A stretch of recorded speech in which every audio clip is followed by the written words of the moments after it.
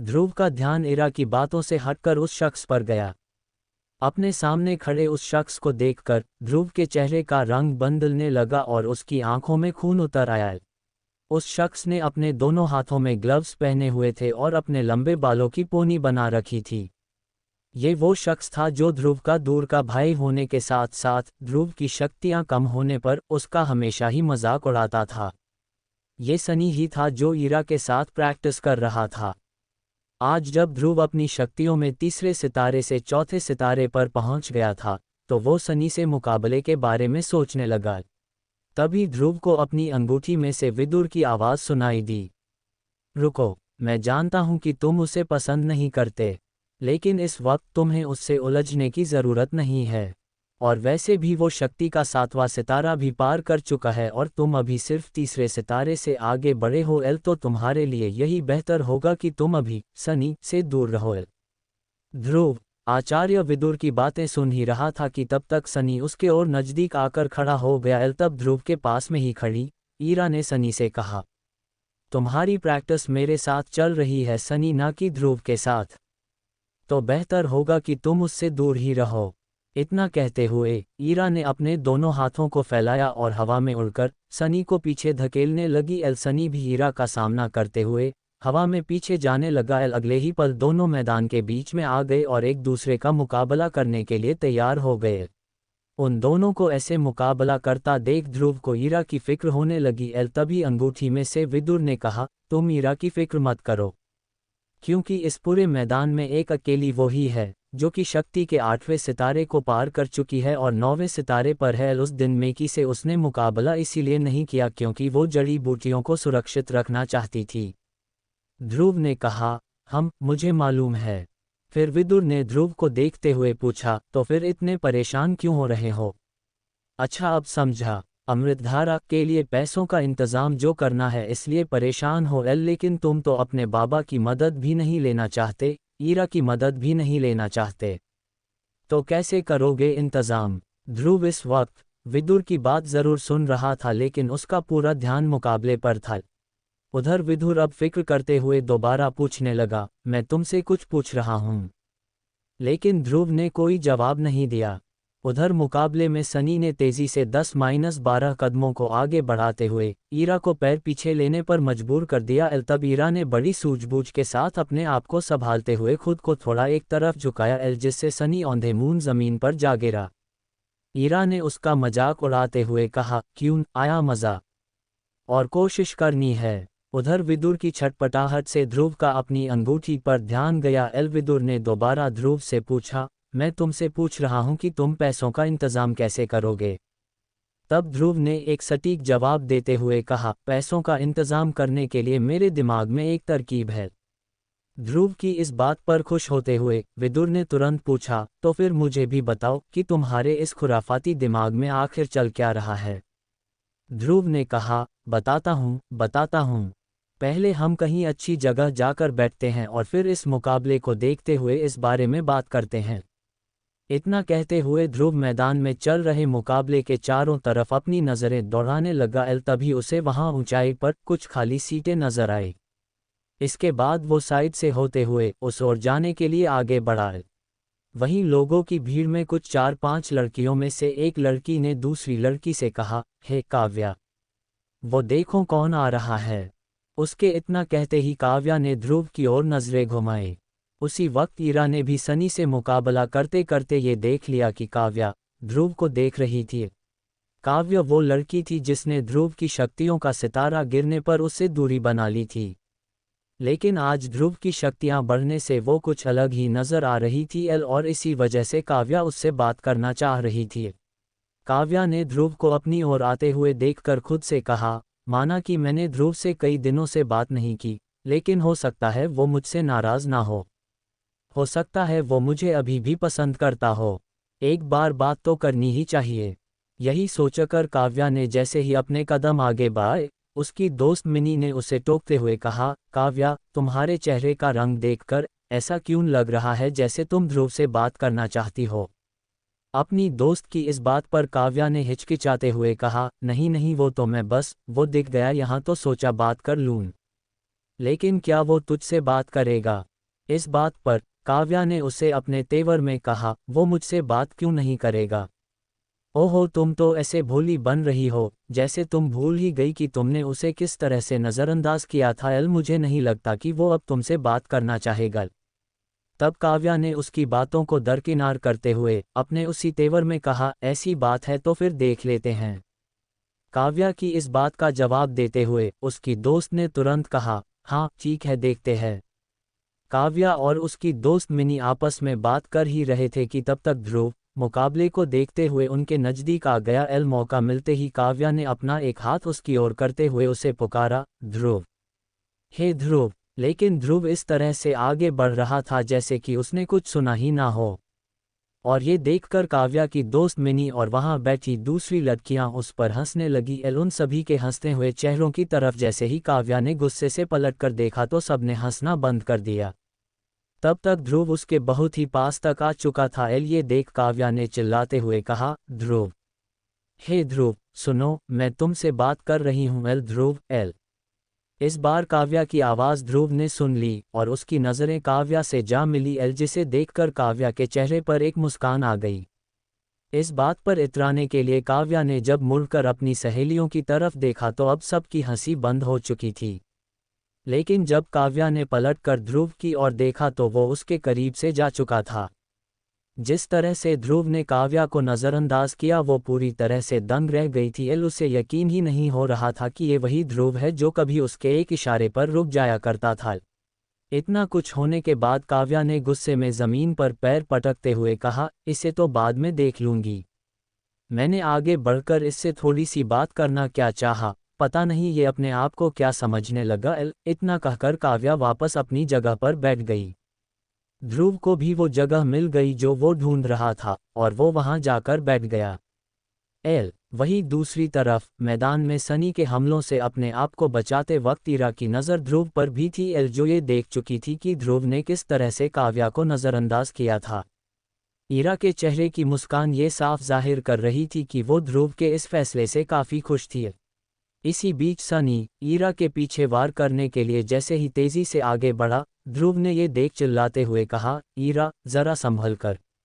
ध्रुव के चेहरे के हाव भाव को देखकर ईरा समझ चुकी थी कि उसके ठीक पीछे सनी हमला करने ही वाला था। तब उसने अपनी पलकों को झपकाया और पलक झपकते ही वो किसी तितली की तरह अपनी जगह से खिसक गई। सनी अपने आप को संभालने में नाकामयाब होकर नीचे ज़मीन पर जा गिरा, जिससे धूल का गुबार उसके चेहरे पर आ गया। तब ईरा हवा में उड़ते हुए उसके सामने जाकर खड़ी हो गई और कहने लगी, एक ही मुकाबले में कितनी बार ज़मीन पर गिरोगे? इस तरह तो तुम अपने घर वालों को क्या मुंह दिखाओगे? सनी। ईरा की इस बात को सुनकर सनी को गुस्सा आ गया। वो ज़मीन से उठकर उस पर हमला करने के लिए आगे बढ़ा। ये देख ईरा ने अपने हाथ से उसके सीने पर वार किया। ईरा के इस वार से सनी उड़ते हुए मैदान से बाहर जा गिरा।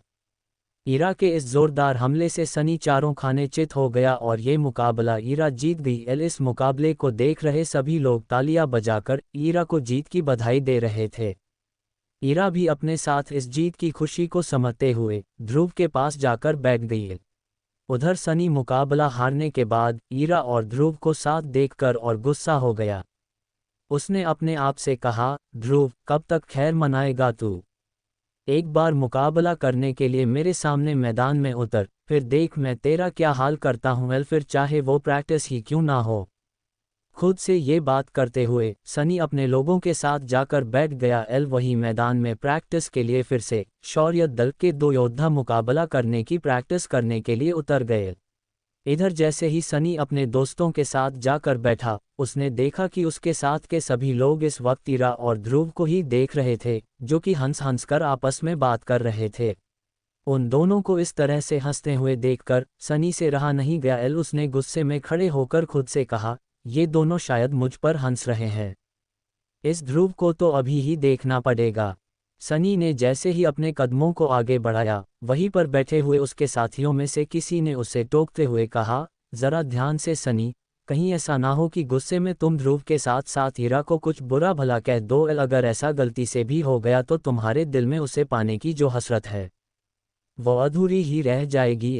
अपने दोस्त से इतना सुनने के बाद सनी ने हाँ के इशारे में अपना सिर हिलाया और एक गहरी सांस लेते हुआ आगे बढ़ गया। एल सनी, ईरा और ध्रुव दोनों के पास पहुंच चुका था। एल वो दोनों अभी भी उसी तरह से हंसते हुए बात कर रहे थे। सनी ने ध्रुव की तरफ देखते हुए कहा, अरे ध्रुव, तुम्हारा यहाँ पर क्या काम? क्या तुम यहाँ किसी के साथ मुकाबले की प्रैक्टिस करने आए हो? ईरा जानती थी कि दोनों की आपस में नहीं बनती थी और इस वक्त सनी ध्रुव का मजाक उड़ाने आया था। एल सनी की इस बात पर ईरा ने ध्रुव की तरफदारी करते हुए कहा, सनी, तुम शायद भूल रहे हो कि जिस तरह से तुम शौर्य दल का हिस्सा हो, ठीक उसी तरह से ध्रुव भी शौर्य दल का हिस्सा है। एल वो कभी भी मुकाबले की प्रैक्टिस देखने के लिए यहाँ आ सकता है। ईरा की बात पर सनी ने कहा, लेकिन इस तरह से मुकाबले की सिर्फ प्रैक्टिस देखने से तो काम नहीं बनेगा नायल। अगर ध्रुव को हमारे दल का नाम रोशन करना है तो उसे किसी ना किसी से मुकाबला करने के लिए मैदान में उतरना चाहिए। एल क्यों ध्रुव? ठीक कहा न मैंने? ध्रुव इस बात का कोई जवाब देता उससे पहले ही ईरा ने तुरंत कहा, अभी इसकी कोई ज़रूरत नहीं है, और वैसे अभी कुछ देर पहले तुमने जो हमारे दल का नाम रोशन किया है वो काफ़ी था। ईरा के इतना कहते ही एक बार फिर से वो ध्रुव के साथ हंसने लगी। ये देख सनी ने अपने गुस्से को दबाते हुए कहा, वो तो वक्त वक्त की बात है एल, मुकाबले में एक जीतता है तो दूसरा हारता है। ये तो होता ही है, लेकिन असली योद्धा वही होता है जो मैदान में उतरता है। तब ईरा ने कहा, तुम ध्रुव की चिंता मत करो सनी, और वैसे भी तुमने ही तो कहा न कि वक्त वक्त की बात है, तो वक्त आने पर एक दिन ध्रुव से तुम्हारा सामना ज़रूर होगा। ईरा की इस बात को सुनकर सनी के शैतानी दिमाग में एक तरकीब आई और उसने अपना दांव खेलते हुए कहा, अच्छा, ऐसी बात है, लेकिन मुझे ध्रुव को देखकर ऐसा नहीं लगता कि कभी ऐसा वक्त आएगा जब ध्रुव मेरा मुकाबला कर पाए। इस पर ईरा ने ध्रुव के कंधे पर हाथ रखते हुए उस पर भरोसा दिखाया और सख्ती से सनी को जवाब दिया, आएगा, ज़रूर आएगा। इस मौके का फ़ायदा उठाते हुए सनी ने तुरंत ही कहा, ठीक है ईरा, अगर ऐसी बात है तो फिर हम आज ही वो दिन तय कर लेते हैं एल, जब ध्रुव मेरे साथ मैदान में मुकाबला करने के लिए उतरेगा। सनी के इतना कहते ही ईरा थोड़ा हदबदाने लगी। एल उसके चेहरे का रंग उड़ने लगा। एल जिसे देखते हुए सनी ने बेशर्मी से हंसते हुए कहा, क्यों, क्या हुआ? कहीं तुम डर तो नहीं गई? ये सोचकर कि अगर ध्रुव मेरा मुकाबला करेगा तो कहीं उसको कुछ हो गया तो? अपने खिलाफ इतनी बातें सुनकर अब ध्रुव का खून खौलने लगा था। एल उसे अंगूठी में बंद विदुर और बाहर उसके साथ बैठी ईरा दोनों ने रोकने की कोशिश की, लेकिन ध्रुव के इरादे अब कुछ और ही नजर आ रहे थे। एल वो बड़ी मुश्किल से अपने आप को कुछ भी कहने से रोक रहा था। अगले ही पल ध्रुव सीढ़ियों से नीचे उतरने के लिए आगे बढ़ा, लेकिन सनी ने उसे उकसाते हुए कहा, मैदान से बाहर जाने से क्या होगा ध्रुव? अगर बाहर ही जाना है तो तुम इस मैसेडोरिया शहर से ही बाहर क्यों नहीं चले जाते? अब वहां मौजूद लोगों का ध्यान मैदान में चल रहे मुकाबलों की प्रैक्टिस से ज्यादा सनी और ध्रुव पर था। इतना सुनने के बाद ध्रुव ने अपने कदमों को रोका और फिर कुछ सोचने के बाद एक बार फिर से अपने कदमों को आगे बढ़ाया। लेकिन तभी सनी ने अपनी बात को पूरा करते हुए कहा, चलो ठीक है ध्रुव, एल हम ऐसा करते हैं कि 1 साल बाद होने वाली यूथ सेरेमनी के वक्त हम दोनों के बीच एक फाइट तय करते हैं। एल बोलो, क्या तुम इस चुनौती के लिए तैयार हो? सनी के इतना कहने के बाद अब सभी का ध्यान ध्रुव पर था। एल इस बार सनी ने सीधे सीधे ध्रुव को उससे मुकाबला करने के लिए ललकारा था। ईरा को नहीं समझ आया कि ध्रुव उस काले चमकदार पत्थर को क्यों खरीदना चाहता था। बाजार में घूमकर थक चुकी ईरा ने कहा, ध्रुव अगर अब तुम्हारी खरीदारी पूरी हो गई हो तो क्या हम घर चले? ध्रुव ने मुस्कुराते हुए ईरा की तरफ देखा और हाँ के इशारे में अपना सिर हिलाया। एल ध्रुव मन ही मन खुद से कहने लगा, आखिरकार अब वो दिन करीब है जब मैं अपनी खोई हुई शक्तियों को वापस हासिल कर पाऊंगा। लेकिन हकीकत तो ये थी कि उसके साथ कुछ ऐसा होने वाला था जिसके बारे में उसने कभी सपने में भी नहीं सोचा था।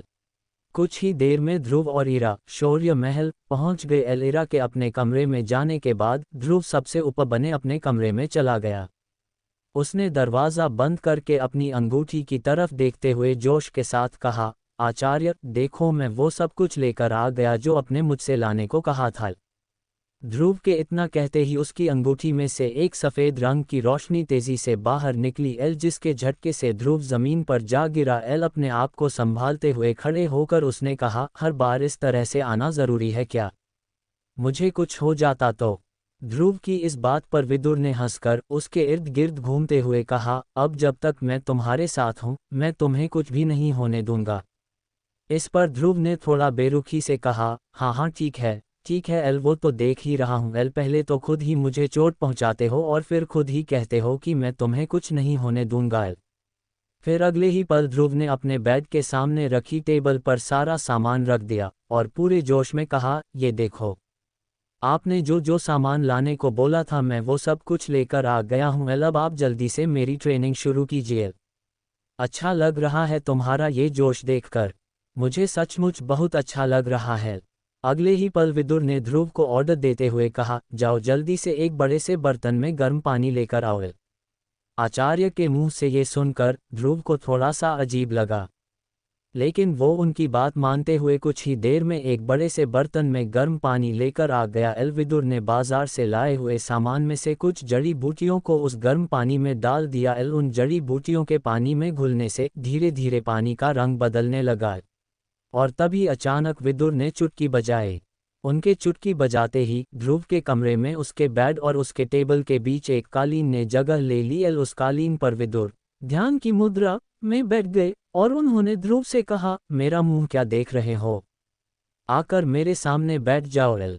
आचार्य की बात मानते हुए ध्रुव उनके ठीक सामने कालीन पर बैठ गया और ध्यान से विदुर को देखने लगा। देखते ही देखते ध्यान की मुद्रा में बैठे हुए विदुर की हथेली से आग की लपटें निकलने लगी। अगले ही पल विदुर ने अपने दूसरे हाथ की हथेली को उस आग वाली हथेली के ऊपर रखा। ऐसा करने से वो आग बुझ गई। ये सब देखकर ध्रुव का चेहरा खिल उठा। तब विदुर ने ध्रुव की तरफ देखते हुए कहा, अगली बारी तुम्हारी। ये एक बहुत ही साधारण सी टेक्निक है इसके जरिए मैं देखना चाहता हूँ कि तुम्हारे शरीर में ताकत कितनी है। अपना पूरा ध्यान हथेली पर केंद्रित करते हुए जैसा मैं कर रहा हूँ वैसा करो। विदुर की इस बात पर ध्रुव भी ध्यान मुद्रा में बैठ गया। अपनी आंखें बंद करते हुए ध्रुव ने वैसा ही किया जैसा विदुर ने कहा। और देखते ही देखते उसकी हथेली पर आग जलने लगी, आग की ये लपटें बढ़ने लगी। तब विदुर ने कहा, अपना पूरा ध्यान हथेली पर केंद्रित करो और फिर दूसरे हाथ की हथेली से इस आग को काबू में करने की कोशिश करो। जैसा विदुर ने कहा ध्रुव वैसा ही करने की कोशिश कर रहा था। देखते ही देखते उसकी हथेली से आग की लपटें और बढ़ने लगी। ध्रुव अब इस आग को संभाल नहीं पा रहा था। तब विदुर ने अपनी शक्तियों का इस्तेमाल करते हुए अपने हाथ को ध्रुव की हथेली पर रखा और उन आग की लपटों को ठंडा किया। अगले ही पल विदुर ने ध्रुव से पूछा, तुम ठीक तो हो ध्रुव? ध्रुव ने कहा, हाँ मैं ठीक हूँ। तब विदुर ने आगे कहा, मैंने सोचा था कि तुम इसमें असफल रहोगे। मुझे तो लगा था कि तुम आग को जगा भी नहीं पाओगे। हालांकि तुम उसे ठंडा नहीं कर पाए, फिर भी तुमने अच्छी कोशिश की। अगले ही पल विदुर ने देखा कि ध्रुव उसे बैठे बैठे लहराते हुए नजर आने लगा था। जैसे ही विदुर ने ध्रुव को संभालने की कोशिश की उसने उल्टियां करना शुरू कर दिया। ये देखकर विदुर घबरा गए, क्योंकि ध्रुव कोई साधारण उल्टी नहीं बल्कि खून की उल्टियां कर रहा था। विदुर उसे संभालने की कोशिश कर ही रहे थे कि ध्रुव बेहोश होकर कालीन पर गिर पड़ा। विदुर ने चीखते हुए कहा, ध्रुव अपनी आंखें खोलो, अपनी आंखें खोलो ध्रुव। ये तो सिर्फ तुम्हारे शरीर की ताकत देखने के लिए एक छोटा सा प्रयास था, ऐसा कैसे हो सकता है? ध्रुव की फिक्र करते हुए आचार्य विदुर ने उसके शरीर के सामने कुछ मंत्र पढ़ने शुरू किए। उन्होंने अपने दोनों हाथों को खोल दिया जिसमें से सफ़ेद रंग का धुआं निकला। उस धुएं ने ध्रुव के पूरे शरीर को ढक लिया और देखते ही देखते ध्रुव की दोनों आंखें बंद हो गई और वो गहरी नींद में चला गया। तब विदुर ने उसके चेहरे की तरफ देखते हुए खुद से कहा, तुम्हारी किस्मत बहुत अच्छी है ध्रुव, बहुत ही अच्छी। खुद से इतना कहने के बाद विदुर ने ध्रुव को कालीन पर सुला दिया और अपनी शक्तियों से ध्रुव की शक्तियों को बढ़ाते हुए कहा, अब से मेरा भविष्य भी तुम्हारे साथ है, तुम पर ही निर्भर है। कल से तुम्हारी जिंदगी के एक नए दिन की शुरुआत होगी। अगली सुबह जब ध्रुव की नींद खुली तो उसे अपने शरीर में एक अजीब सा बदलाव नजर आया। उसे ऐसा बिल्कुल भी नहीं लगा कि कल की ट्रेनिंग के दौरान वो उल्टी करते हुए बेहोश होकर गिर पड़ा था।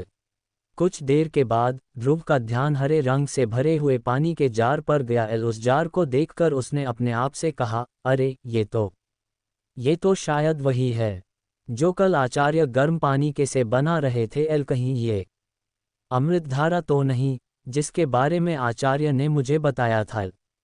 इतना कहकर ध्रुव उस हरे पानी के जार के पास पहुंचा और उसे गौर से देखने लगा। तभी अचानक उसकी अंगूठी में से एक आवाज़ आई, हाँ तुम बिल्कुल ठीक सोच रहे हो ध्रुव, ये वही अमृतधारा है जिसके बारे में मैं तुम्हें बता रहा था। और अगले ही पल विदुर ध्रुव की अंगूठी से बाहर आ गए और कहने लगे, तुम फिलहाल उससे दूर रहो और मैंने जो तुम्हें कुछ चीज़ें सिखाई थी उनको दोहराते रहो। और हाँ, कल मैं तुम्हें चमकीले काले पत्थर के बारे में कुछ चीज़ें बताना भूल गया था, उसे ध्यान से सुनो। विदुर के इतना कहते ही ध्रुव ध्यान से उसकी बातों को सुनने लगा। ये चमकीला पत्थर मार्कस के किसी योद्धा का लगता है। इस पत्थर में क्लास 2 टेक्निक छिपी है जिसका नाम है वैक्यूम हैंड। हालांकि इसका लेवल जो है लो है।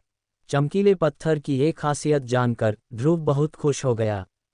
उसने जोश में आकर कहा, क्या बात है, मैंने कभी सपने में भी नहीं सोचा था कि किसी योद्धा की वैक्यूम हैंड टेक्निक मेरे हाथ लगेगी। आप मुझे कब इसकी शक्तियों का इस्तेमाल करना सिखाएंगे? ध्रुव को इतना खुश देखकर विदुर ने कहा, अरे रुको रुको ज़रा, पहले मेरी पूरी बात तो सुन लो। विदुर के इतना कहने पर ध्रुव चुपचाप उनकी बातें सुनने लगा। अपनी बात को आगे बढ़ाते हुए विदुर ने कहा, तुम इस वैक्यूम हैंड टेक्निक का इस्तेमाल तभी कर सकते हो जब तुम्हारी शक्ति का सितारा सामने वाले की शक्ति के सितारे से ज़्यादा हो। ये बात सुनकर ध्रुव थोड़ा सोच में डूब गया। तभी विदुर ने उसे वैक्यूम हैंड टेक्निक के बारे में एक और हैरान कर देने वाली बात बताई, और सबसे खास बात, पहले तुम्हें अपनी शक्ति को अगले सितारे तक ले जाना पड़ेगा, तभी तुम इस पत्थर में छुपी टेक्निक का इस्तेमाल कर सकते हो। ये सुनकर ध्रुव हैरानी में पड़ गया। उसे हैरान देख विदुर ने कहा, अगर तुम इसका इस्तेमाल करना चाहते हो तो कड़ी मेहनत करना शुरू कर दो, तभी तुम इसका इस्तेमाल कर पाओगे, वरना भूल जाओ कि कभी तुम्हारे हाथ मार्कस के किसी योद्धा की टेक्निक आई थी। विदुर की इस बात पर ध्रुव एकदम से जोश में आकर कहने लगा, आचार्य आप ऐसा कैसे कह रहे हैं? आपको क्या लगता है कि मैं मेहनत करने से डरता हूँ? नहीं, ऐसी बात नहीं है। मैं तो बस तुम्हें बताना चाहता हूँ कि इस चमकीले पत्थर में जो टेक्निक छुपी हुई है तुम उसका इतनी आसानी से इस्तेमाल नहीं कर सकते हो। इसके लिए तुम्हें अपनी शक्तियों को बढ़ाना होगा। अपने आचार्य की इस बात को सुनकर ध्रुव थोड़ा शांत हुआ। तब विदुर ने उसे एक अच्छी खबर देते हुए कहा, क्या तुम्हें अपने आप में कुछ बदलाव नजर आ रहे हैं? विदुर के ये सवाल पूछते ही ध्रुव को एहसास हुआ कि शायद कल की ट्रेनिंग के बाद वो अपनी शक्तियों में एक सितारा आगे बढ़ चुका था। अब उसकी शक्तियां तीसरे सितारे से चौथे सितारे पर आ चुकी थी, लेकिन ये सिर्फ उसका एक अंदाजा था। ध्रुव अपनी बढ़ी हुई शक्ति को अच्छे से महसूस कर रहा था।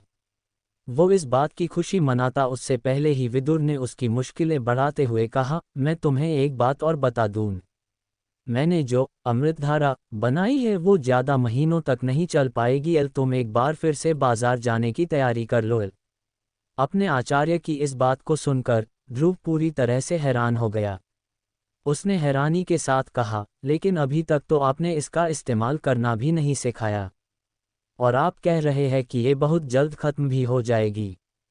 क्या मुझे फिर से इन जड़ी बूटियों को खरीदने के लिए पैसों का इंतज़ाम करना होगा? ध्रुव की इस बात का तुरंत जवाब देते हुए विदुर ने कहा, समय आने पर तुम्हें अमृतधारा की सारी खूबियां पता चल जाएगी। फिलहाल तुम फिर से पैसों का इंतजाम करने के बारे में सोचो। लेकिन मैं फिर से इतने सारे पैसों का इंतजाम कहाँ से करूँगा? तब विदुर ने उसे इस परेशानी का हल बताते हुए कहा, तुम चाहो तो अपने बाबा से इसके लिए पैसे ले सकते हो।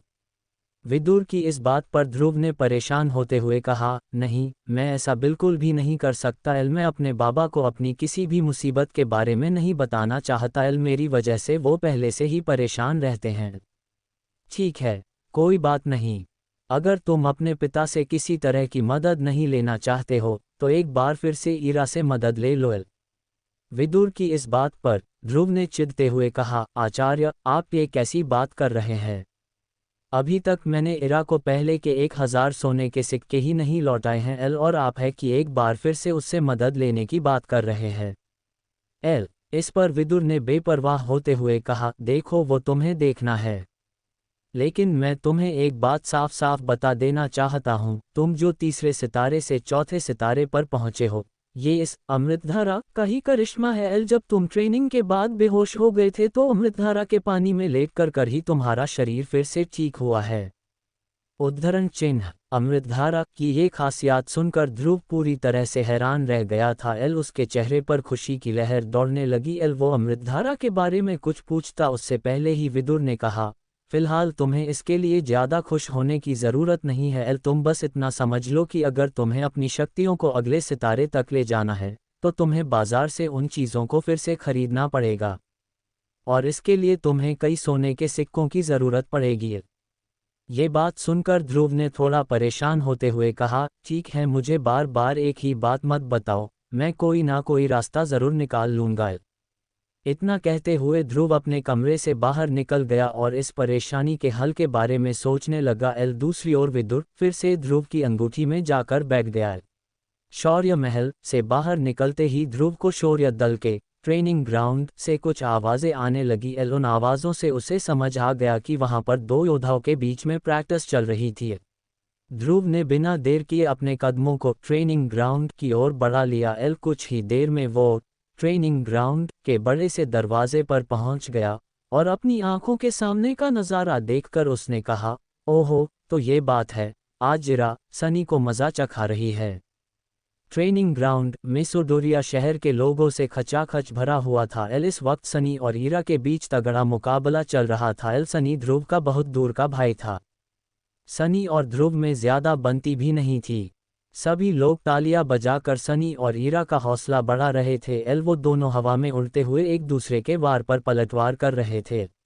इसी बीच सनी ने ईरा के मुंह पर मुक्के से जोरदार वार किया, लेकिन ईरा ने अपने चेहरे को बचाते हुए सीधे सनी के पैर पर पलटवार किया एल। इस वार से सनी जमीन पर जा गिरा और उसके मुंह पर धूल का गुबार नजर आने लगा। तब ईरा ने उससे कहा, क्यों, कैसी रही? जमीन पर पड़े सनी से इतना कहते हुए जैसे ही ईरा ने सामने देखा तो उसे ध्रुव नजर आया एल। वो ध्रुव के पास पहुंच गई और उसे गले लगाने लगी एल। ध्रुव के शरीर को देखकर उसे बहुत ही जल्द इस बात का अंदाजा हो गया कि उसके शरीर में ये जो बदलाव नजर आ रहे हैं वो शक्ति के चौथे सितारे के हैं। तब ईरा ने मुस्कुराते हुए ध्रुव से कहा, ध्रुव, तुमने मुझे बताया भी नहीं कि तुमने ट्रेनिंग लेना शुरू कर दिया है। ईरा के इतना कहते ही ध्रुव ने अपने आप को देखना शुरू किया। तभी ईरा ने आगे कहा, तुम्हें मुझसे कोई झूठ बोलने की ज़रूरत नहीं है एल। मुझे खुशी है कि तुमने अपनी शक्ति का एक सितारा बढ़ा लिया है। ध्रुव और ईरा आपस में बात कर ही रहे थे कि तभी उनके पीछे कोई आकर खड़ा हो गया। उसने उन दोनों से कुछ ऐसी बात कही जिसे सुनकर ध्रुव के चेहरे का रंग बदलने लगा और उसकी आंखों में खून उतर आया। ध्रुव को किसी के कदमों की आहट से इस बात का एहसास हुआ कि वाकई में कोई ना कोई उसकी तरफ आ रहा था। अगले ही पल उसने देखा कि ये कदमों की आवाज़ किसी और की नहीं बल्कि उसकी बहन ईरा की थी। ध्रुव को देखते ही ईरा ने फिक्र जाहिर करते हुए कहा, ध्रुव, मुझे माफ़ करना, मुझे तुम्हारी फिक्र हो रही थी, इसलिए तुम्हारे मना करने के बाद भी मैं यहाँ पर चली आई। ध्रुव ने अपनी नाराज़गी को भुलाकर थोड़ी हैरानी के साथ पूछा, लेकिन तुम्हें कैसे पता चला कि मैं इस वक्त यहीं पर मिल सकता हूँ?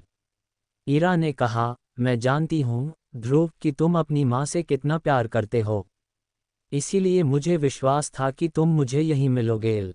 ध्रुव को ईरा की आंखों में खुद के लिए प्यार नजर आ रहा था। अगले ही पल ईरा ने ध्रुव से कहा, ध्रुव, चाहे तुम्हारे सामने कितनी ही मुसीबतें क्यों न हो, मैं हमेशा तुम्हारे साथ हूँ।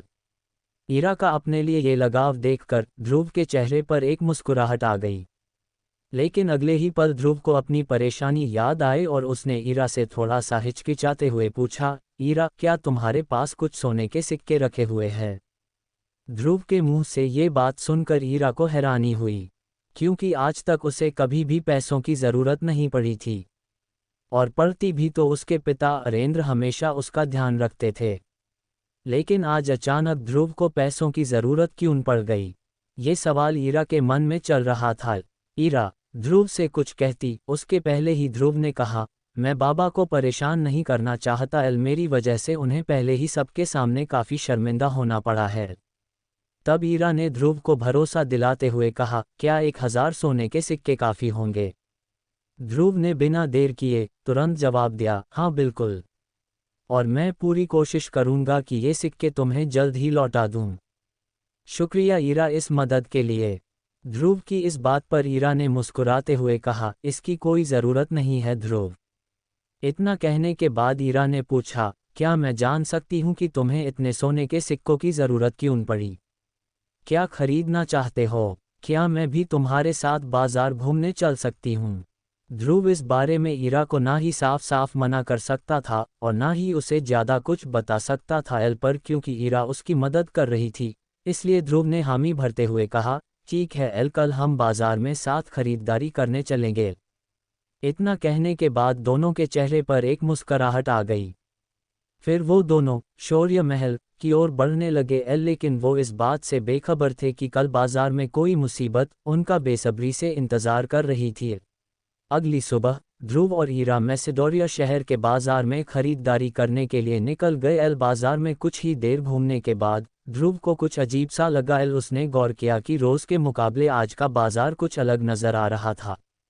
हालांकि उसे बाजार में शौर्य दल के सैनिक भी नज़र आ रहे थे, लेकिन उसकी नज़र कुछ ऐसे लोगों पर गई जो किसी भी तरह से व्यापारी नहीं लग रहे थे एल। उन्हें देखकर ध्रुव को समझ आ गया कि यकीनन ये लोग जासूसी कर रहे हैं। तभी ध्रुव और ईरा के कानों में एक आवाज़ पड़ी, अरे ध्रुव और ईरा, आप दोनों यहाँ। इतना सुनते ही उन दोनों के पैर वहीं पर रुक गए एल। जैसे ही उन्होंने पीछे पलट कर देखा तो एक मुस्कुराता हुआ शख्स उनके सामने आकर खड़ा हो गया एल। ये शख्स कपड़ों से शौर्य दल का ही लग रहा था। ध्रुव उसे पहचानने की कोशिश कर रहा था एल। उस शख्स ने कहा, आप दोनों मुझे नहीं जानते लेकिन मैं आपको पहचानता हूं एल। मुझे आपके पिता ने बाजार की सुरक्षा की जिम्मेदारी सौंपी है। मेरा नाम सोरेन है। उस शख्स के बारे में इतना जानने के बाद ध्रुव के चेहरे पर एक मुस्कान आ गई। उसने कहा, ओ, बाजार को देखकर ऐसा लग रहा है कि आपने बहुत ही अच्छे से यहाँ पर सब कुछ संभाल रखा है। सोरेन ने तुरंत जवाब देते हुए कहा, जी हाँ, आप बताएं बाजार में आप क्या खरीदारी करने आए हैं? मैं आपकी थोड़ी मदद करवा देता हूँ एल। नहीं नहीं, इसकी कोई ज़रूरत नहीं है एल। अगर हमें किसी चीज़ की ज़रूरत होगी तो हम आपको याद कर लेंगे। ठीक है एल, लेकिन अगर आपको किसी भी चीज़ के लिए मेरी ज़रूरत पड़े तो सिर्फ एक सीटी बजा दीजिएगा एल, मैं या मेरे सैनिक हाजिर हो जाएंगे। सोरेन की इतनी बात पर ध्रुव और ईरा दोनों मुस्कुराते हुए खरीदारी करने के लिए आगे बढ़ गए एल। लेकिन कुछ देर बाद ईरा को भी ऐसा लगा कि बाजार में कुछ ना कुछ गड़बड़ तो ज़रूर है। तभी ध्रुव की अंगूठी में से विदुर उससे बात करने लगा एल। विदुर की आवाज़ ध्रुव के अलावा कोई और नहीं सुन सकता था। विदुर ने ध्रुव को सचेत करते हुए कहा, तुम बिल्कुल सही समझ रहे हो, यहाँ कुछ भी ठीक नहीं लग रहा है। फिलहाल तुम्हें एक बात का सबसे खास ध्यान रखना है, और वो ये है कि तुम जो भी सामान खरीदो वो किसी के हाथ नहीं लगना चाहिए। विदुर के इतना कहने के बाद ध्रुव ने जड़ी बूटियों का सारा सामान ईरा के हाथों में थमाते हुए कहा, भले ही तुम मेरी बहन नहीं हो, और सच बताऊं तो मैं ये भी नहीं जानता कि तुम कहाँ से आई हो या फिर तुम्हारी हकीकत क्या है, लेकिन मैं वादा करता हूँ कि तुम्हारी हिफाजत के लिए मैं हमेशा तैयार रहूँगा। ध्रुव के इतना कहते ही ईरा के चेहरे पर एक मुस्कान आ गई और उसने प्यार से ध्रुव को गले लगा लिया। तभी विदुर ने ध्रुव की तारीफ करते हुए कहा, अरे वाह, तुम तो अपना फर्ज बहुत अच्छे से निभा रहे हो एल। इस बीच अचानक ध्रुव की नज़र फिर उन लोगों पर गई जो उसे थोड़े अजीब लग रहे थे।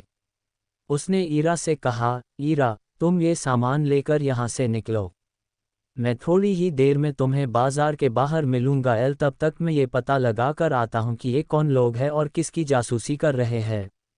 ईरा ध्रुव को छोड़कर नहीं जाना चाहती थी, लेकिन ध्रुव के दबाव बनाने पर ईरा एक दूसरे रास्ते से बाजार से बाहर निकलने के लिए आगे बढ़ी एल। वहीं दूसरी तरफ ध्रुव उन जासूसों की सच्चाई जानने के लिए दोबारा बाजार की तंग गलियों में जाने लगा। ईरा अभी आगे बढ़ी ही थी कि कोई उसका रास्ता रोककर उसके सामने खड़ा हो गया एल। ईरा ने जैसे ही अपने नज़रें उठाई तो देखा कि उसके सामने एक लंबा चौड़ा लड़का खड़े होकर मुस्कुरा रहा था। उसकी गर्दन पर कंकाल का एक टैटू बना हुआ था। वो कंकाल के टैटू वाला लड़का कुछ कहता उससे पहले ही ईरा ने सीधे और सपाट लहजे में कहा, देखो मेकी, मैं जानती हूँ कि तुम आमिश दल के लीडर के बेटे हो, लेकिन मुझे इससे कोई फर्क नहीं पड़ता एल। मेरे सामने से हट जाओ, मुझे कुछ ज़रूरी काम है। ईरा की इस बात पर मेकी ने मुस्कुराते हुए कहा, ठीक है ईरा, तुम करो न अपना काम एल, जब तक तुम बाजार में अपना काम खत्म करोगी तब तक मुझे तुमसे बात करने का थोड़ा मौका भी मिल जाएगा। ईरा ने अपने उसी तेवर को बरकरार रखते हुए कहा, मेकी, मुझे तुमसे बात करने में कोई दिलचस्पी नहीं है। बेहतर होगा कि तुम मेरा रास्ता छोड़ दो। ईरा के इस तरह के बर्ताव पर मेकी को अंदर ही अंदर गुस्सा आ रहा था। फिर भी उसने अपने चेहरे पर मुस्कुराहट को बनाए रखा और अपनी जैकेट से एक ब्रेसलेट निकालकर ईरा को दिखाते हुए कहा, ये खूबसूरत ब्रेसलेट देख रही हो ईरा, मैंने ये तुम्हारे लिए लिया है। फिलहाल तुम इसे रख लो, हम किसी और दिन साथ बाजार घूम लेंगे। ईरा मेकी को मना करने ही वाली थी कि तभी उसकी नज़र ब्रेसलेट में लगे हुए एक मेटल पर गई। ये मेटल ध्रुव की शक्ति बढ़ाने में काम आ सकता था। इस मेटल को देखकर ईरा का मन बदलने लगा और उसने मन ही मन सोचा, मैं ये ब्रेसलेट रख लेती हूँ, इसमें लगे मेटल को निकालकर ध्रुव को दे दूंगी और इस ब्रेसलेट को फेंक दूंगी।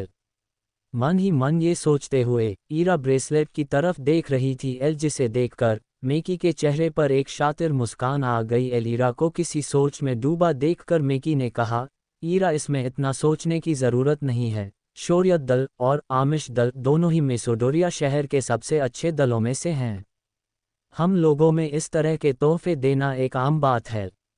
ईरा का ध्यान मेकी की बातों पर नहीं बल्कि ब्रेसलेट में लगे मेटल पर था। उसने जैसे ही ब्रेसलेट को छूने के लिए अपना हाथ आगे बढ़ाया, किसी ने उसका हाथ वहीं पर रोक दिया। ईरा ने उस तरफ देखा तो वो ध्रुव था। ध्रुव ने ईरा से नाराज़गी के साथ कहा, क्या तुम्हें नहीं पता कि ये किस तरह का इंसान है? ईरा से इतना कहने के बाद ध्रुव ने मेकी की तरफ देखा और कहा, मेकी, तुम इस ब्रेसलेट को अपने पास ही रखो, ईरा को इसकी कोई ज़रूरत नहीं है।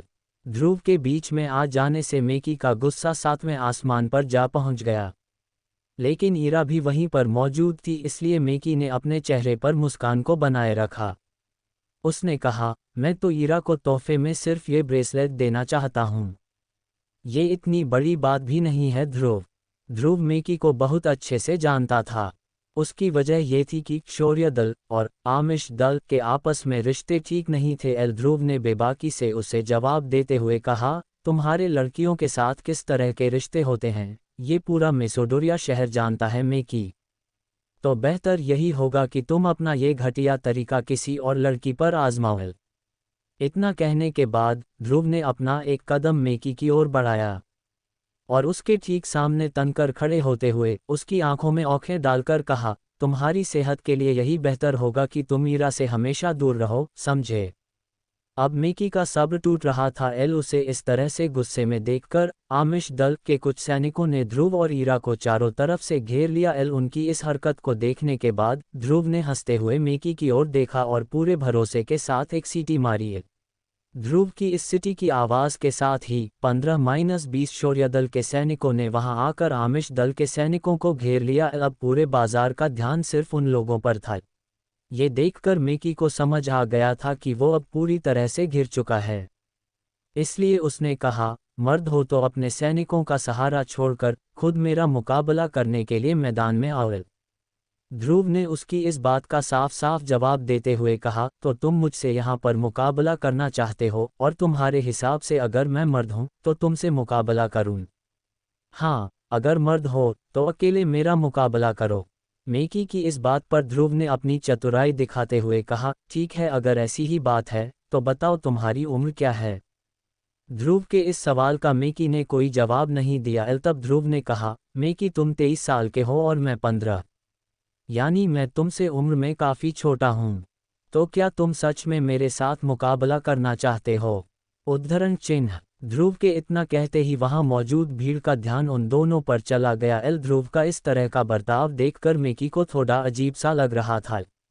तभी ध्रुव ने वहां मौजूद भीड़ का ध्यान अपनी ओर खींचकर मेकी पर हंसते हुए कहा, देखो देखो सभी देखो जरा, आमिष दल के लीडर का बेटा मेकी मुझसे एक बच्चे से लड़ना चाहता है। और मैंने तो अभी तक यूथ सेरेमनी में भी हिस्सा नहीं लिया है। मुझ जैसे को हराकर आमिष दल अपनी शक्ति का प्रदर्शन करना चाहता है। ध्रुव की इस बात पर बाजार की भीड़ ठहाकों के साथ मेकी पर हंसने लगी। अपने आप पर इतने लोगों को हंसता हुआ देखकर मेकी थोड़ा सा हड़बड़ा गया। अब उसे भी ये बात समझ आ गई थी कि ध्रुव अपनी कम उम्र का फ़ायदा उठाकर सबके सामने उसका मजाक बना रहा था। तभी उसने ध्रुव के पास आते हुए कहा, इस बार तेरी किस्मत अच्छी थी जो तू बच गया। लेकिन मैं बहुत जल्द तेरे लिए भी एक तोहफा लाऊंगा और वो तोहफा बहुत दर्दनाक होगा। इतना कहते हुए मिकी मुस्कुराकर अपने सैनिकों के साथ वहां से गुस्से में जाने लगा। वो आगे बढ़ा ही था कि अचानक उसने तुरंत पलटकर ध्रुव की तरफ देखा और सवाल किया, अरे हाँ, मैं एक बात तो पूछना भूल ही गया एल, मैंने सुना है कि जयान परिवार ने तुम्हारे परिवार के साथ रिश्ता तोड़ दिया है। क्या ये बात सच है?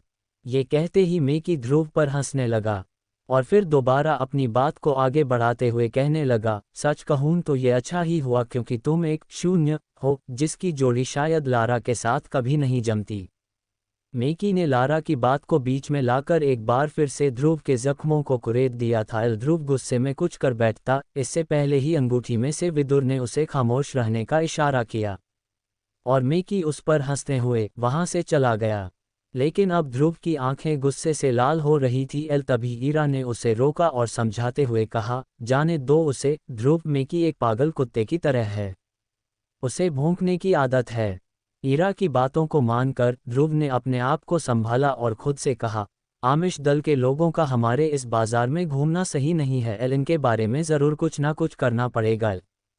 ध्रुव के गुस्से को शांत करने के लिए ईरा ने कहा, क्या हमें कुछ और सामान भी खरीदना है या फिर हम घर चले? नहीं, अभी हमें कुछ और सामान भी लेना है। ठीक है तो चलो हम जल्दी यहाँ से चलते हैं। फिर थोड़ी ही देर में एक दुकान पर ध्रुव को एक चमकदार काला पत्थर दिखा, जिसे देखकर ध्रुव के कदम वहीं रुक गए क्योंकि अंगूठी में से विदुर ने ध्रुव को वो काला पत्थर खरीदने का इशारा किया था। ध्रुव ने उस पत्थर को उठाया और उसे गौर से देखने लगा। जब ईरा ने ये देखा तो उसने ध्रुव से पूछा, क्या तुम इस चमकदार पत्थर के बारे में कुछ जानते हो? ध्रुव अभी भी गौर से उस चमकदार पत्थर को देख रहा था। उसने ईरा के सवाल का जवाब देते हुए कहा, नहीं मैं नहीं जानता। तो क्या हम ये खरीदने वाले हैं? हाँ हम ये खरीदने वाले हैं। ओफो ध्रुव, जब तुम इसके बारे में कुछ जानते ही नहीं हो तो फिर इसे क्यों खरीदना चाहते हो? पता नहीं, बस मेरा मन कह रहा है कि मुझे ये खरीदना चाहिए। उस चमकदार पत्थर को गौर से देखते हुए ध्रुव ने मन ही मन कहा, अब होगी मेरी असली ट्रेनिंग शुरू। ध्रुव ने अपनी मंगेतर लारा की आंखों में आंखें डालकर भारी और कड़े शब्दों में कहा, ठीक है, मंजूर है, मुझे तुम्हारी ये शर्त मंजूर है। उसने 3 साल बाद होने वाले मुकाबले की शर्त के लिए लारा को हामी भर दिए। ध्रुव के इतना कहते ही लारा ने एक आखिरी बार उसे घूर कर देखा और फिर अपने बॉडीगार्ड्स के साथ शौर्य महल से बाहर जाने लगी।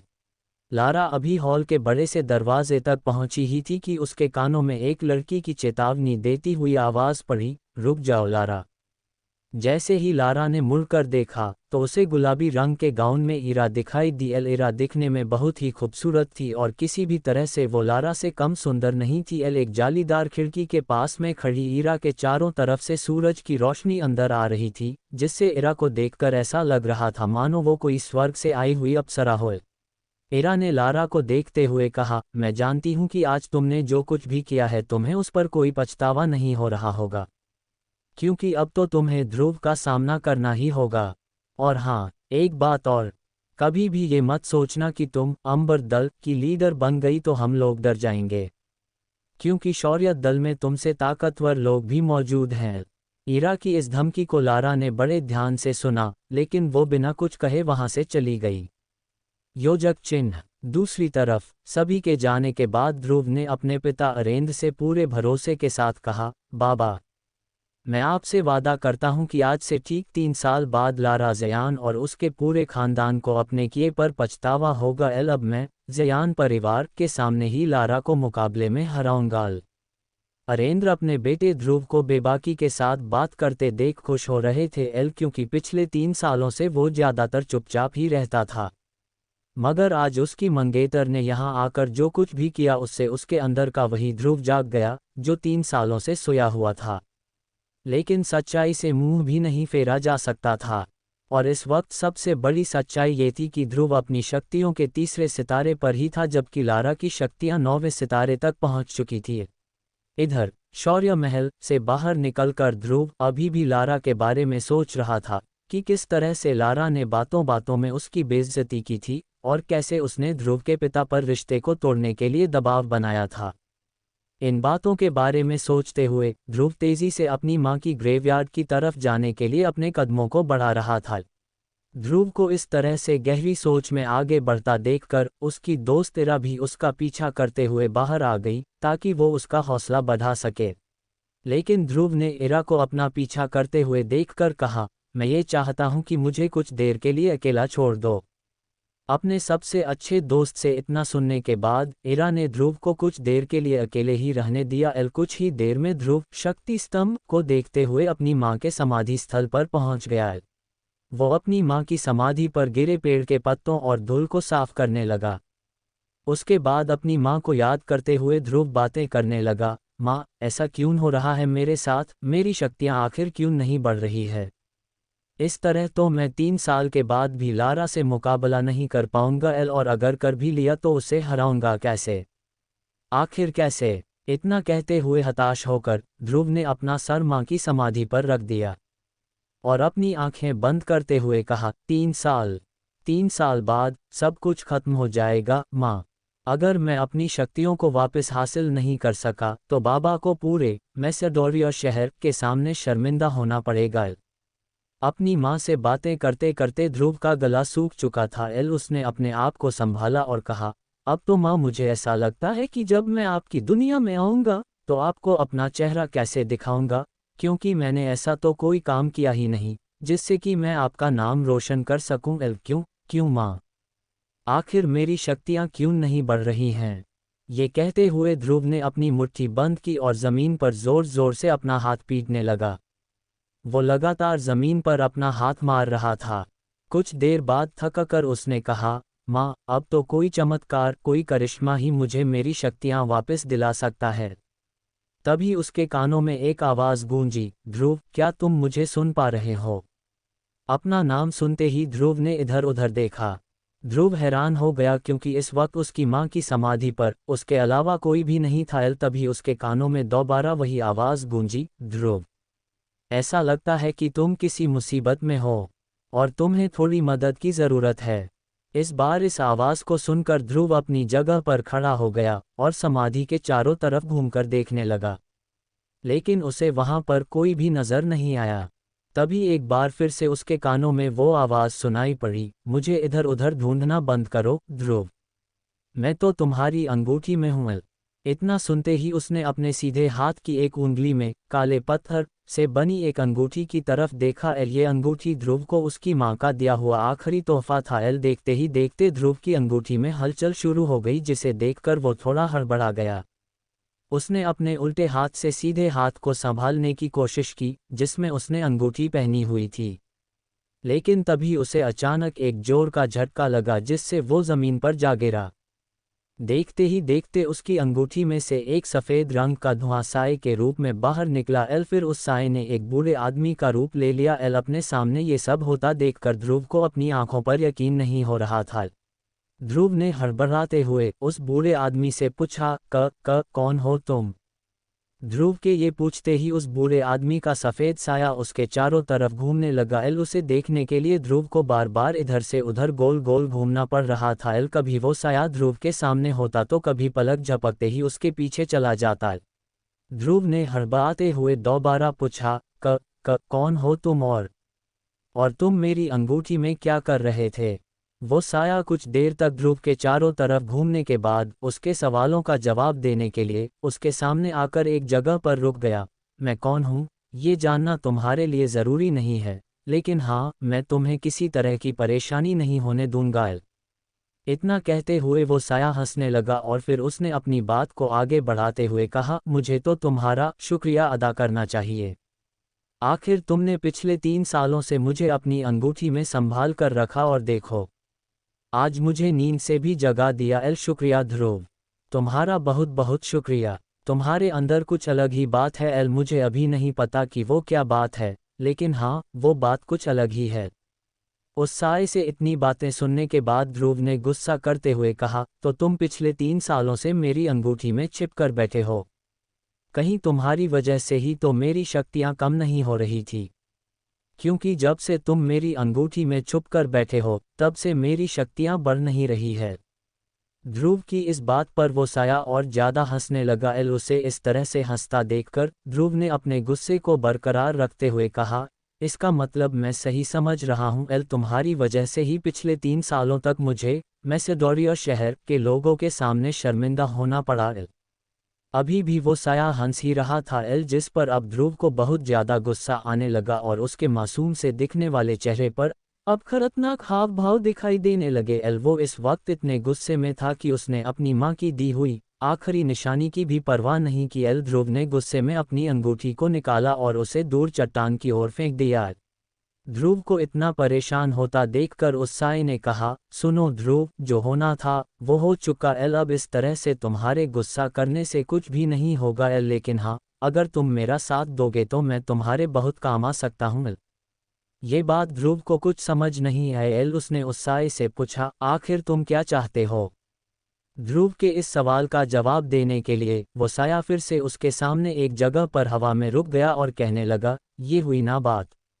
मैं चाहता हूं कि तुम मुझे फिर से अपनी अंगूठी में रहने की जगह दो, बदले में मैं तुम्हें। वो साया इसके आगे कुछ कहता उसके पहले ही ध्रुव ने कहा, नहीं नहीं, कभी नहीं, कभी भी नहीं, मैं ऐसी गलती अब दोबारा नहीं करने वाला एल, मैं अब भूलकर भी उस अंगूठी को दोबारा नहीं पहनूंगा।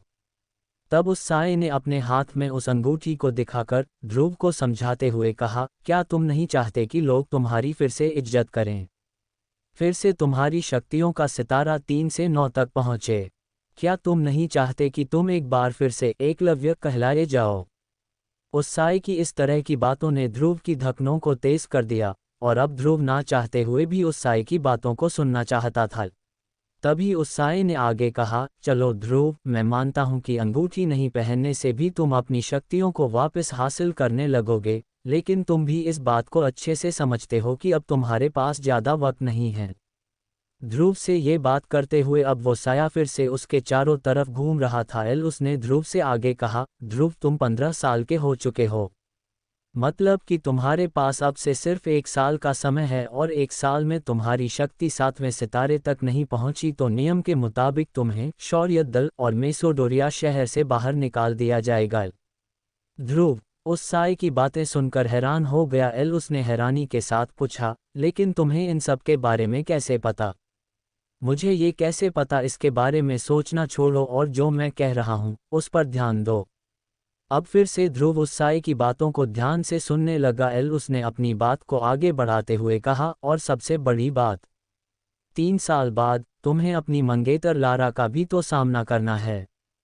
लारा का नाम सुनते ही ध्रुव ने गुस्से में कहा, उसका तो नाम भी मेरे सामने मत लेना। ध्रुव को इस तरह से गुस्सा होते देखकर उस साए ने हंसते हुए कहा, ध्रुव, तुम्हारे इस तरह से गुस्सा करने से कुछ नहीं होने वाला है। अब तुम्हें अपने सच को स्वीकार कर लेना चाहिए, और तुम्हारा सच यही है कि 3 साल बाद तुम्हें अपनी मंगेतर लारा का सामना करना होगा। इस बार ध्रुव ने आगे आकर उस साए से पूछा, तो क्या करूं मैं? तुम्हें वो करना चाहिए जो मैं कह रहा हूं एल। तुम इस अंगूठी को फिर से पहनकर मुझे अपनी जिंदगी में शामिल कर लो, फिर देखो किस तरह से मैं तुम्हारी जिंदगी बदल दूंगा एल। मैं तुम्हें इतना शक्तिशाली बना दूंगा कि तुम अपने सामने आने वाली हर मुसीबत का सामना हिम्मत से कर पाओगे। और हाँ, डरो मत, इस बार मैं तुम्हारी शक्तियों को नहीं लूंगा एल। ये बात तुम्हें बाद में समझ आ जाएगी कि अब तक ऐसा क्यों किया मैंने। धीरे धीरे तुम्हें उसका कारण समझ आ जाएगा, लेकिन अब तुम्हें डरने की ज़रूरत नहीं। ध्रुव को अपनी खोई हुई शक्तियों को वापस हासिल करने का इसके अलावा कोई और दूसरा रास्ता नज़र नहीं आ रहा था। तब ध्रुव ने सपाट लहजे में कहा, ठीक है, मैं तैयार हूँ। ध्रुव के इतना कहते ही वो सफ़ेद रंग का साया हंसते हुए उसके पास से बहुत तेज़ी से निकला। वो उसके चारों तरफ इर्द गिर्द घूमने लगा, जिससे ध्रुव का संतुलन बिगड़ गया और वो एक बार फिर से ज़मीन पर जा गिरा। तब ध्रुव ने कहा, अरे ये क्या कर रहे हो, मेरे सारे कपड़े खराब कर दिए। ज़मीन से उठने के बाद ध्रुव ने उससे एक सवाल किया, वैसे तुमने अभी तक मुझे अपना नाम नहीं बताया। मेरा नाम विदुर है, लेकिन तुम मुझे सिर्फ गुरुदेव या फिर आचार्य कहना। ठीक है आचार्य विदुर, तो आप मेरी ट्रेनिंग कब से शुरू करेंगे? विदुर ने कहा, बहुत ही जल्द। तभी अचानक ध्रुव ने विदुर से पूछा, आचार्य, क्या आपको करिश्माई शरबत के बारे में कुछ पता है? विदुर ने तुरंत जवाब देते हुए कहा, मेरे हिसाब से वो दुनिया का सबसे वाहियात किस्म का शरबत है। मैं तुम्हारे लिए एक खास चीज़ बनाऊंगा, अमृतधारा। उससे तुम्हें बहुत मदद मिलने वाली है। ध्रुव ने हैरान होते हुए पूछा, क्या कहा, अमृतधारा? ये क्या है और इसके क्या फ़ायदे हैं? ध्रुव के सवालों से परेशान होकर विदुर ने कहा, तुम सवाल बहुत पूछते हो।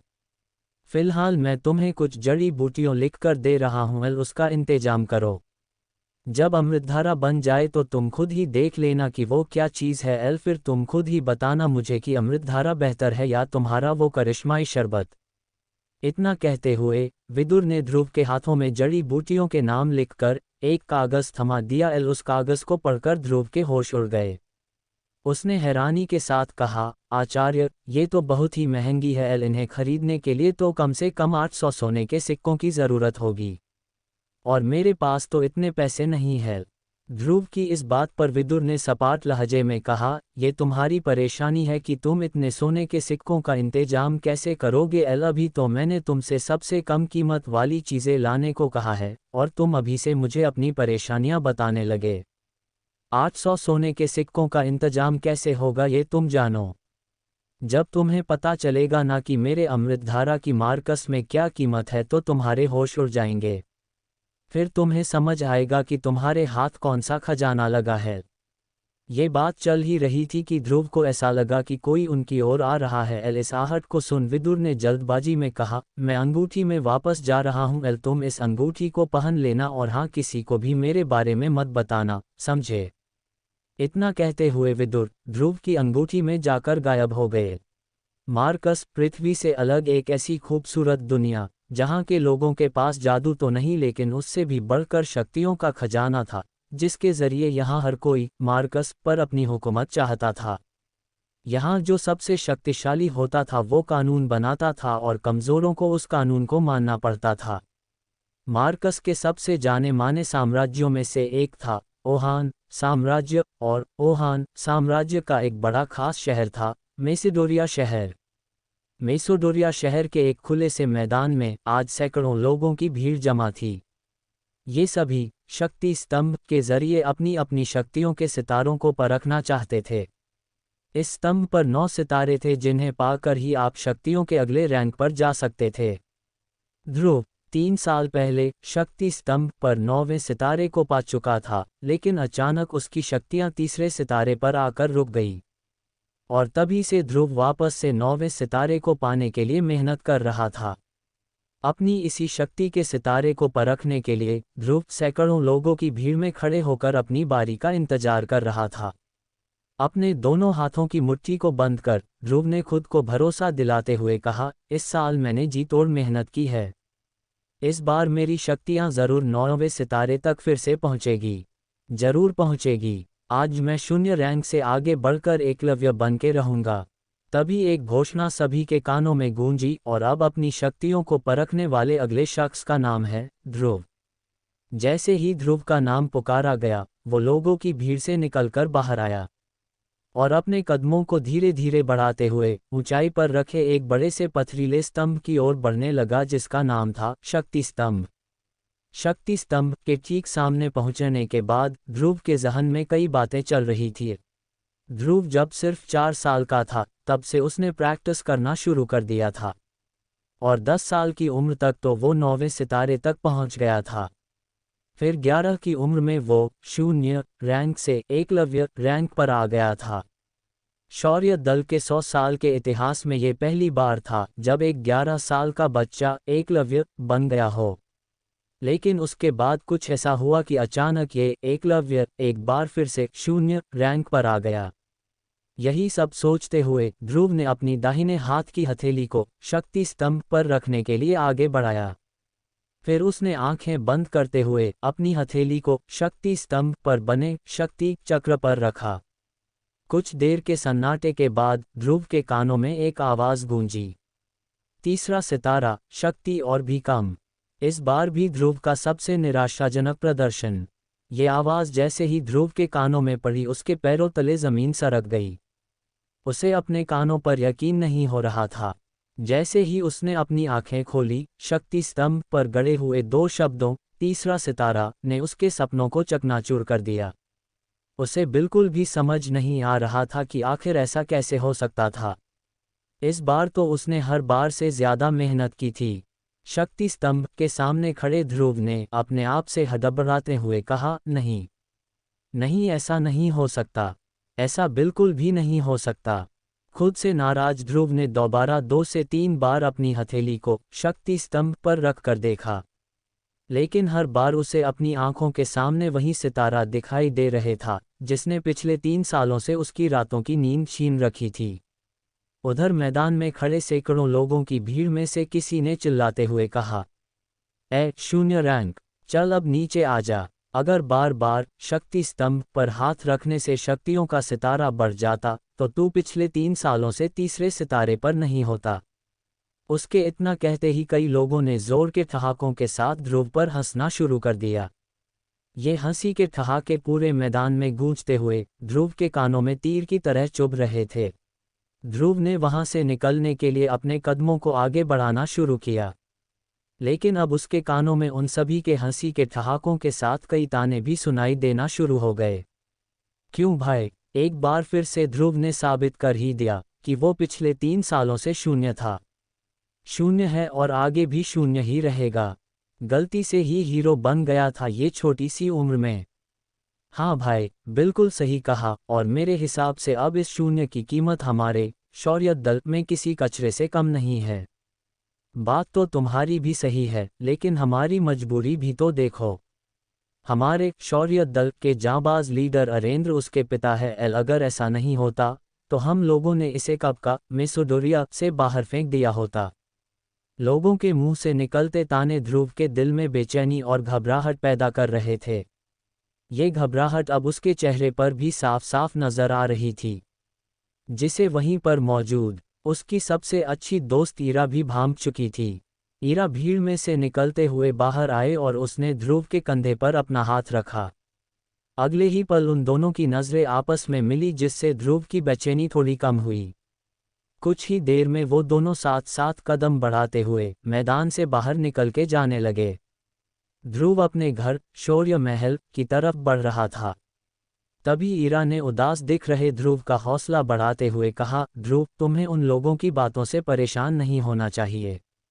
मुझे तुम पर पूरा भरोसा है। एक ना एक दिन तुम एकलव्य जरूर बनोगे। ईरा अपने सबसे अच्छे दोस्त को दिलासा देने की कोशिश कर रही थी, लेकिन इस वक्त ध्रुव के जहन में सिर्फ एक ही बात चल रही थी कि आखिर इतनी मेहनत करने के बाद भी उसकी शक्तियां क्यों नहीं बढ़ रही थी। एक तरफ जहां ध्रुव की परेशानियां बढ़ती जा रही थी, तो दूसरी तरफ एक और परेशानी उसके घर की ओर कदम बढ़ा रही थी। लेकिन ध्रुव उस परेशानी से पूरी तरह बेखबर था। ध्रुव और ईरा आखिरकार शौर्य महल पहुंच गए। शौर्य महल में ध्रुव के पिता अरेंद्र, जो कि शौर्य दल के लीडर भी थे, अपने दल के कुछ बुजुर्गों के साथ बैठकर किसी खास मुद्दे पर बातचीत कर रहे थे। लेकिन जैसे ही अरेंद्र की नज़र अपने बेटे ध्रुव पर गई, उसके उदास चेहरे को देखकर उन्हें सब कुछ समझ आ गया। वो अपनी बातचीत को वहीं पर रोककर ध्रुव के पास गए। अरेंद्र ने अपने बेटे ध्रुव को सीने से लगाते हुए कहा, कोई बात नहीं ध्रुव, तुम मेरे बेटे हो, शौर्य दल के लीडर अरेंद्र के बेटे। अगली बार तुम्हें जरूर कामयाबी मिलेगी, हिम्मत मत हारना। इस वक्त शौर्य महल के दरबार में बैठे सभी लोगों की नज़र ध्रुव पर ही थी। तभी अचानक एक लड़की नीले रंग के गाउन में अपने लंबे लंबे कदमों के साथ शौर्य महल के इस दरबार में दाखिल हुई। इस लड़की का नाम लारा ज़यान था। लारा के दादाजी ओहान साम्राज्य के शेरदिल सेनापति रह चुके थे और लारा अंबर दल की होने वाली लीडर थी। अंबर दल ओहान साम्राज्य के सबसे ताकतवर दलों में से एक था। ये इतिहास में पहली बार था कि कोई इतनी कम उम्र में अंबर दल का लीडर बनने वाला था। लारा को अपने सामने देखकर सभी लोगों के साथ अरेंद्र भी हैरानी में पड़ गए, क्योंकि सभी जानते थे कि ये कोई आम लड़की नहीं बल्कि अंबर दल की होने वाली लीडर थी। लारा का अचानक इस तरह से महल में आना किसी को भी समझ नहीं आ रहा था। फिर भी उसे अपनी ओर आते देखकर शौर्य दल के प्रमुख अरेंद्र ने कहा, तुम्हारा स्वागत है लारा। ना कोई खत, ना कोई खबर, इस तरह से यूं अचानक, सब ठीक तो है? अरेंद्र के इस सवाल पर लारा ने अपने दाहिने हाथ से चुटकी बजाते हुए अपने बॉडीगार्ड्स की ओर इशारा किया। इशारा पाते ही वो सभी एक कदम आगे आए।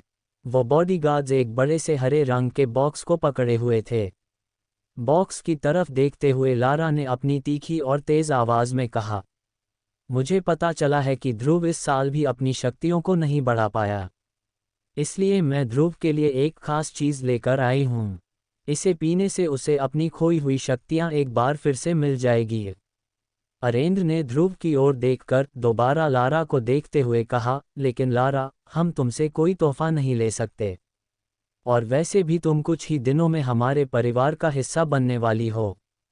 इसलिए इस तोहफे की कोई ज़रूरत नहीं है। अरेंद्र की बात खत्म भी नहीं हुई थी और बॉडीगार्ड्स ने उस बॉक्स को खोल दिया। सभी को बॉक्स में हरे रंग की शरबत से भरी हुई बोतलें दिखाई दे रही थी। वहाँ मौजूद सभी लोगों ने इस शरबत को पहचान लिया था। अरेंद्र ने उस शरबत की ओर हैरानी से देखते हुए कहा, करिश्माई शरबत, ये तो बहुत ही कीमती शरबत है। हम तुमसे इतना कीमती तोहफा बिल्कुल भी नहीं ले सकते लारा। लारा ने देरी किए बिना तुरंत अरेंद्र से कहा, आप जानते हैं ना कि ये करिश्माई शरबत ध्रुव के लिए कितना फ़ायदेमंद साबित हो सकता है। मुझे लगता है कि ध्रुव को इस शरबत को ले लेना चाहिए, क्योंकि अब तो शहर में ध्रुव के लिए तरह तरह की बातें भी होने लगी है। उसकी बात का जवाब देते हुए अरेंद्र ने कहा, मैं जानता हूँ लारा, और मैं ये भी जानता हूँ कि इस करिश्माई शरबत के कई फ़ायदे हैं, लेकिन इस बात से भी इनकार नहीं किया जा सकता कि इससे ध्रुव को कोई फ़ायदा नहीं होगा, क्योंकि उसकी शक्ति 9 सितारों से ऊपर नहीं है। और तुम ये जानती हो ही कि अगर 9वें सितारे से कम शक्ति वाला कोई इस शरबत को लेगा तो इससे उसकी शक्तियाँ और कम भी हो सकती हैं। अरेंद्र अपनी बात को पूरी करते उसके पहले कि लारा ने उन्हें टोकते हुए कहा, हाँ, मैं जानती हूँ कि शक्तियाँ कम भी हो सकती हैं, तो इसमें इतना परेशान होने वाली कौन सी बात है? ध्रुव का शक्ति का सितारा तो वैसे भी 3 पर ही है। ध्रुव के पास अब हारने को बचा ही क्या है? इससे पहले कि अरेंद्र कुछ कहते, लारा की इस बात पर अब ध्रुव ने अपनी चुप्पी तोड़ते हुए कहा, मैं कभी भी अपनी शक्तियों को इस तरह से नहीं बढ़ाऊंगा लारा। तुमने ये सोच भी कैसे लिया? लारा ने भी तुरंत इस बात का जवाब दिया, अच्छा, तो फिर तुम किस तरह से अपनी शक्तियां बढ़ाओगे? वैसे ही जैसे पिछले 3 साल से बढ़ा रहे हो। लारा की इस बात का ध्रुव के पास कोई जवाब नहीं था। लारा ने अरेंद्र के पास आकर उन्हें इत्मीनान से कहा, ठीक है अगर आप इस करिश्माई शरबत को तोहफे के तौर पर नहीं लेना चाहते तो क्या आप मुझे इसके बदले में कुछ दे सकते हैं? लारा की इस बात पर अरेंद्र ने बिना कुछ सोचे समझे कहा, हाँ हाँ बिल्कुल, क्यों नहीं, हम तुमसे इस शरबत को लिए बिना भी तुम्हें जो चाहिए वो दे सकते हैं। लारा ने बेझिझक जवाब दिया, मेरे और आपके परिवार के बड़े लोगों ने सालों पहले ध्रुव और मेरा जो रिश्ता तय किया था, मैं उसे आज तोड़ना चाहती हूँ। लारा के मुंह से इस बात को सुनकर ध्रुव, उसके पिता अरेंद्र और वहां पर मौजूद सभी लोगों के पैरों तले जमीन सरक गई। एक पल के लिए वहां सन्नाटा छा गया। किसी को भी इस बात पर यकीन नहीं हो रहा था कि लारा ने अपने और ध्रुव के रिश्ते को तोड़ने की बात कही थी। अगले ही पल अरेंद्र ने अपनी नाराज़गी जाहिर करते हुए तेज़ आवाज़ में कहा, लारा, ये जानते हुए भी कि ये रिश्ता तुम्हारे और हमारे परिवार के बड़े लोगों ने तय किया है, तुम कैसे रिश्ते को तोड़ने की बात कर सकती हो? तुम जानती हो ना ये कितना गलत माना जाता है। अरेंद्र की नाराज़गी के जवाब में लारा ने बड़ी ही बेफिक्री के साथ कहा, ये रिश्ता ज़रूर परिवार के बड़े लोगों ने तय किया था, लेकिन तब और अब में काफ़ी फ़र्क आ चुका है। आज मेरे और मेरे परिवार के लोगों की शक्तियां कहां से कहां पहुंच चुकी है, जबकि ध्रुव पिछले 3 सालों से वहीं पर अटका हुआ है। लारा के मुंह से अपने और अपने परिवार की बेइज्जती होते देखकर अब ध्रुव से रहा नहीं जा रहा था। उसे लारा पर बहुत गुस्सा आ रहा था। तभी लारा ने अपनी बात को आगे बढ़ाते हुए कहा, और वैसे भी सभी जानते हैं कि मैं इस वक्त अंबर दल की लीडर बनने वाली हूँ, और इसके लिए ये बहुत ज़रूरी है कि मेरा किसी कमज़ोर के साथ कोई संबंध ना हो। इसलिए बेहतर यही होगा कि ये रिश्ता आगे बढ़ने से पहले यहीं पर टूट जाए। अंबर दल की लीडर बनने वाली बात पर गौर करते हुए अरेंद्र ने उससे कहा, तो ये है असली बात? बाकी सब तो तुम्हारे लिए एक बहाना था, सिर्फ एक बहाना। तुम्हें परिवार की कोई फिक्र नहीं है। तुम्हारे सिर पर तो सिर्फ सबसे शक्तिशाली बनने का जुनून सवार है, और इसलिए तुम इस रिश्ते को तोड़ना चाहती हो। इस बार लारा ने बेशर्मी से जवाब देते हुए कहा, तो आप ही बताएं कि मैं कैसे उस इंसान से अपना रिश्ता जोड़ लूं जो पिछले 3 सालों से अपनी शक्तियों को बढ़ा नहीं पा रहा। लारा की इस बात का वाकई में वहां पर किसी के पास कोई जवाब नहीं था। तब लारा ने दोबारा उस करिश्माई शरबत की तरफ देखते हुए कहा, अब आपके लिए यही बेहतर होगा कि आप मेरी बातों को मान ले और इस करिश्माई शरबत को स्वीकार करते हुए इस रिश्ते को तोड़ दे। क्योंकि आप भी जानते हैं ये शरबत कितना कीमती है और ध्रुव के लिए कितना ज़रूरी है। अब ध्रुव के सब्र का बांध भी टूट चुका था। वो लारा के ठीक सामने आकर खड़ा हो गया और उसकी आंखों में आंखें डालते हुए बोला, ठीक है, तुम्हें इस रिश्ते को तोड़ना है, तो ये टूटेगा, ज़रूर टूटेगा। ध्रुव के इतना कहते ही सभी हैरानी से उन दोनों के चेहरे की तरफ देखने लगे। तभी ध्रुव ने अपनी बात को आगे बढ़ाया, लेकिन इस रिश्ते को तोड़ने से पहले हमारी शादी होगी और उसके बाद मैं तुम्हें तलाक देकर इस रिश्ते को हमेशा हमेशा के लिए तोड़ दूंगा। बताओ, है मंजूर? ध्रुव की इस बात पर लारा ने तपाक से गुस्से में झल्लाते हुए कहा, ये क्या बकवास कर रहे तो तुम्हें मालूम भी है इससे मेरे परिवार की कितनी बदनामी होगी। तब ध्रुव ने बड़े ही इत्मीनान से जवाब देते हुए कहा, तो जो तुम कर रही हो उससे हमारे परिवार की बदनामी नहीं होगी। जब बदनामी होनी ही है तो क्यों न दोनों की हो। इस जवाब पर लारा ने तेवर दिखते हुए कहा, मुझे यकीन नहीं आ रहा है कि मैं उसी ध्रुव से बात कर रही हूँ जिसे मैं कुछ सालों पहले मिली थी। ध्रुव ने बिना वक्त गवाए अपने उसी अंदाज को बरकरार रखते हुए कहा, मुझे भी यकीन नहीं हो रहा है कि कैसे तुम इस करिश्मा शरबत की आड़ में इस रिश्ते को ख़त्म करने के लिए बिना कुछ सोचे समझे यहाँ चली आए। इतनी बातें करते हुए ध्रुव और लारा दोनों के चेहरे एक दूसरे के बहुत ही नज़दीक आ गए थे। उन दोनों की आंखें एक दूसरे को घूरे जा रही थी। माहौल गर्माता हुआ देखकर लारा के बॉडीगार्ड्स अपनी आगे बढ़े, लेकिन अगले ही पल लारा का एक इशारा मिलते ही उन सभी ने अपने आप को रोक लिया। फिर लारा ने अपनी बात को आगे बढ़ाते हुए कहा, मेरे पास एक तरीका है जिससे हम इस रिश्ते का फैसला कर सकते हैं। ध्रुव ने उससे पूछा, और वो क्या है? लारा ने कहा, 3 साल बाद हम दोनों के बीच एक मुकाबला होगा। अगर उस मुकाबले में मैं जीत गई तो तुम्हें इस रिश्ते का तोड़ना होगा, और अगर तुम जीत जाते हो तो वही होगा जो तुम चाहोगे। लारा की ये शर्त सुनते ही शौर्य महल में एक सन्नाटा छा गया था। अब सभी की नज़रें ध्रुव के जवाब का इंतजार कर रही थी।